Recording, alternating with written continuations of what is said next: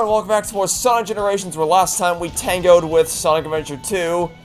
Lovely. And today we're going to be tangoing with Sonic Heroes, a game that I hate only slightly less than Sonic Adventure 2. Take that for what it's worth. So let's jump in with Classic Sonic.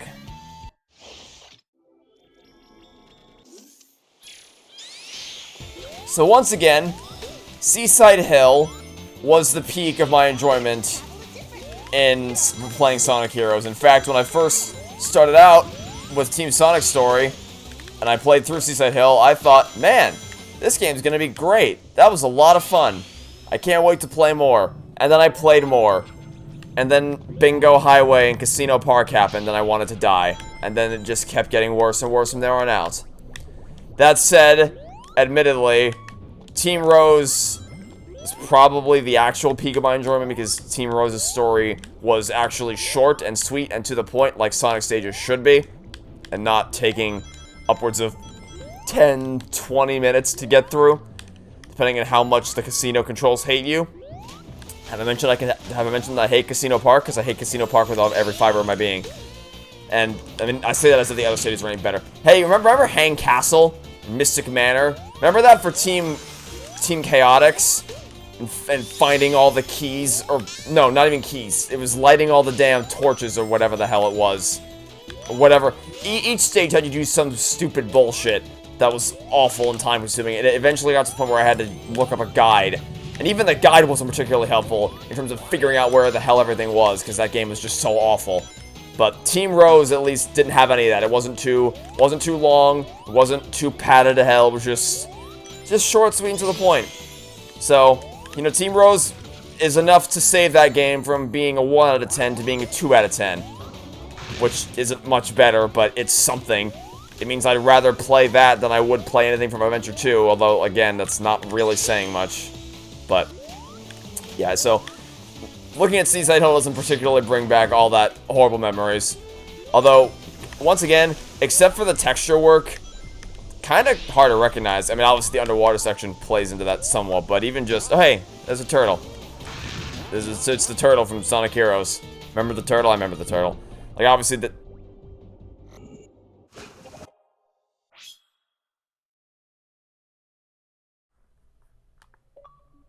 Give me a second. I got floated up here. I bounced off this. I got in the cannon. It launched me over here. I went around the loop-de-loop, and then I just got glitched outside the map. Even in Sonic Generations, I can't escape the hell that Sonic Heroes brought me. That's... Alright then. I appear to have gone a different way this time, because I don't recognize any of this from my previous attempt. Do I dare trust this cannon? I don't... Cross your fingers. Okay. Alright, we lived this time. I don't know what happened. I guess Sonic Heroes is still creeping. Pretty sure I had rings, but alright. I guess Sonic Heroes is still creeping into Generations from beyond the grave. So that's nice. I'm glad to see that they've taken only the best parts from Sonic Heroes. Right, let's try that again. I can get up there. Thanks for the checkpoint. Anyway, what I was saying. Obviously all the texture work is the same. Hi there. Didn't like you. Did not like you in Sonic Heroes. Didn't like how I had no rings to avoid you, which would have made things difficult when going after the special stages and having to not take a hit. Or I say would have, because obviously I cast a magic spell. Oh my Jesus Christ. See, I would have stopped to spin dash there if I had any time between the rolling ball things. But I didn't. And granted, I guess you're not supposed to get stuck between them. You're supposed to stay ahead of the first one, which is something I did not do first time around. And oh yeah, I loved not having enough rings to be able to withstand a hit from them, and also not having the speed to be able to... Ow, my God, you are moving real fast there, buddy. Not having the speed to be able to actually get ahead of them in the first one, or stay ahead of them at all. So that's great. Okay, well that was a not stellar classic Sonic experience in this game. What's that, a B? Yeah. It's not entirely my fault, though, because I got glitched outside the map for one of those deaths. So that's fantastic. Anyway, the texture work is obviously recognizable with Seaside Hill, and if you look in the background, it's Seaside Hill, but there's only so much they can do in a classic stage to make it feel like you're actually in that environment. Not particularly impressed by that. Mainly because I got stuck outside the map. But also because I'm not too keen on that rolling ball section at the end. But hey, at least I recognize that now because I played Sonic Heroes. Also, all these red rings I get accidentally. And it always seems to be the first 2 red rings of any given stage that I actually managed to collect. And nothing beyond that. Wall jumps are featured. No, I don't want to see a tutorial on wall jumping. Thanks, though. Okay. Oh, I actually did the blast-off thing this time. I did it accidentally. I still did it, though. Okay, so this is one of the times where the classic Sonic remix doesn't sound... Definitely sounds like the remade version of the track, whereas the modern remix actually sounds like the original Seaside Hill. So I guess it's... Oh, I guess my game clip finally got uploaded to Xbox Live Network, so everyone can see how Sonic Heroes continues to torment me, even when I'm not actually playing Sonic Heroes. That was not what I wanted to do. Hey, game, if I said I don't want a wall jump tutorial, can you shut Omocha the hell up so I don't get a wall jumping tutorial anyway? That would be great. I would greatly appreciate that. But oh well. It's fine. It's okay. Give me all the boost things. And a checkpoint for good measure.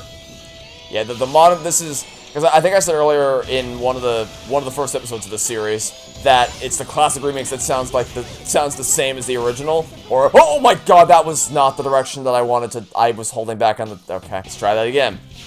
I said in one of the earlier episodes that the classic remix was the one that sounded most like the original, and then the modern remix is their modern take on it.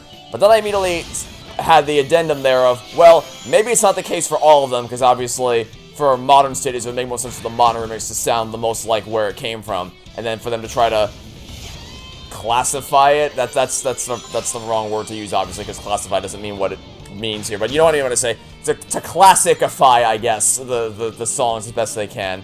This is a weird angle to go on, but it's fine. And it turns out that's definitely the case here, because the modern remix is what actually sounds like Seaside Hill that we know from Sonic Heroes, whereas the classic remix is kind of a slightly different take on it, I suppose. Anyway. Oh, my lord! That did not go according to plan at all. Try this again. No, that's not... Okay. I didn't mean to jump back and forth all as many times as I did, but it worked out, so we won't question it.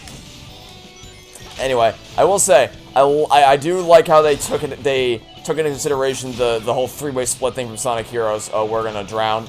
Or no, we're not. Because obviously in Sonic Heroes, you play as a team of 3, for better or for worse.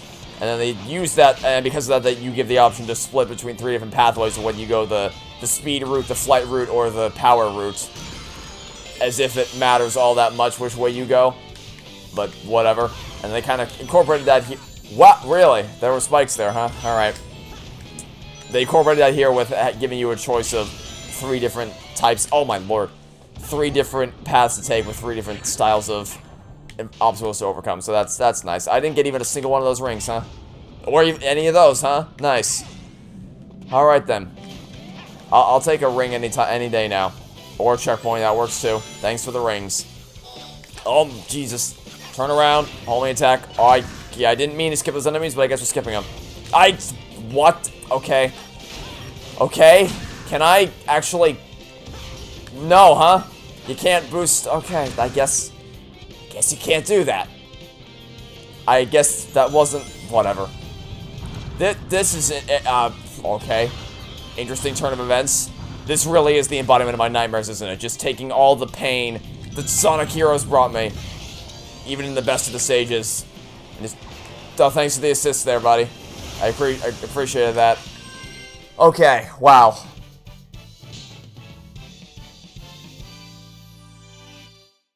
You know, I'm gonna say it, I enjoyed it more in Sonic Heroes. I unironically enjoyed this stage more when I played it in Sonic Heroes. Maybe not so much as Team Dark or Team Chaotix, but as Team Sonic. Yep, I think I enjoyed it more there. That was not fantastic. Oh, hey, buddy. At least we got, I guess, at least we got Orla. We rescued Orla, so that's It was worth it in the end. I don't actually remember the whale jumping out like that after you complete Seaside Hill.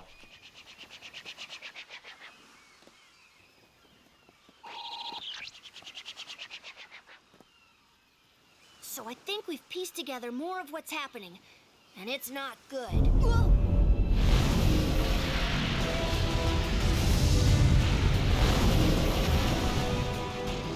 When that thing goes through time, it tears space apart, leaving the areas empty and dead, and sticking them in this weird white limbo.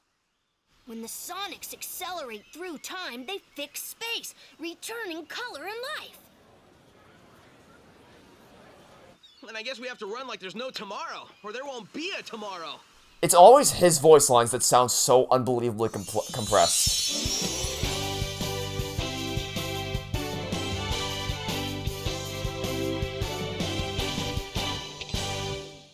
It takes a mighty foe to trap a ninja. Be on your guard, Sonic. You sound like a Destiny character.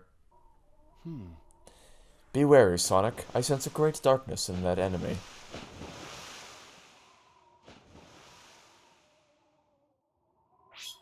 Challenge Act gates have appeared. This will hopefully be the last time that I have to tango with Seaside with anything from Adventure 2 and Heroes. This is just the hell era of Sonic games. Anyway, yeah, so just pretend it makes any sense whatsoever that Sonic speeding through time fixes time. It's the story is a justification of the gameplay, and that is about it. That's all the story is at the end of the day. Not much else to it. So, that's that. Anyway, that was Seaside Hill. Probably the worst stage in the game so far for both Classic Sonic and Modern Sonic, and not just because we got completely screwed over by that one bit in the Classic Sonic stage. Just generally speaking, there were very many frustrating elements to be found there. But hey, at least the worst of it's over. Alright, so now, next time around, we're going to do the challenges in Speed Highway, City Escape, and Seaside Hill.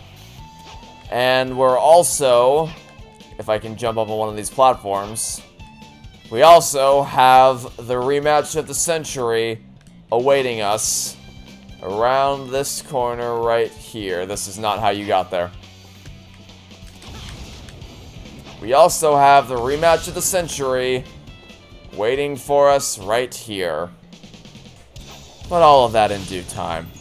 For now, we're going to call it off for the day, and then we'll come back on Monday and get started with the challenges in Speed Highway. So that'll be it for now.